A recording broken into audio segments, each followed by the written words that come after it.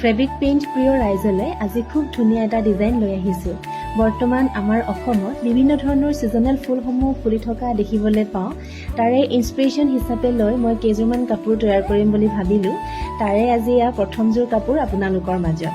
বৰ্তমান অসমত খুব ধুনীয়াকৈ হালধীয়া ৰঙৰ সোণাৰু ফুল ফুলি থকা দেখিবলৈ পাওঁ। তাৰে আৰ্হি হিচাপে লৈ মই ব্লেকত কাপোৰ এযোৰ তৈয়াৰ কৰিছোঁ। যিহেতু কাপোৰযোৰ ব্লেকত আছে গতিকে প্ৰথম মই হোৱাইট কালাৰ দি লৈছোঁ, তাৰপাছতে য়েল্ল' কালাৰ দি দিছোঁ। তেতিয়াহে ডিজাইনটো খুব ধুনীয়াকৈ জিলিকিব, যিহেতু কাপোৰযোৰ ব্লেকত হয়।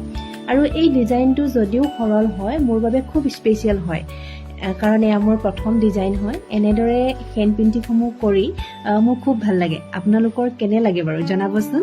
আৰু কাপোৰযোৰৰ সম্পূৰ্ণ লুক নেক্সট এটা ভিডিঅ'ত আপোনালোকৰ মাজলৈ লৈ আহিম। আৰু যদিহে কাপোৰযোৰ আপোনালোকে ল'ব বিচাৰে তেতিয়াহ'লে যোগাযোগ কৰি ল'ব পাৰিব। আজিলৈ আহিছোঁ, ধন্যবাদ।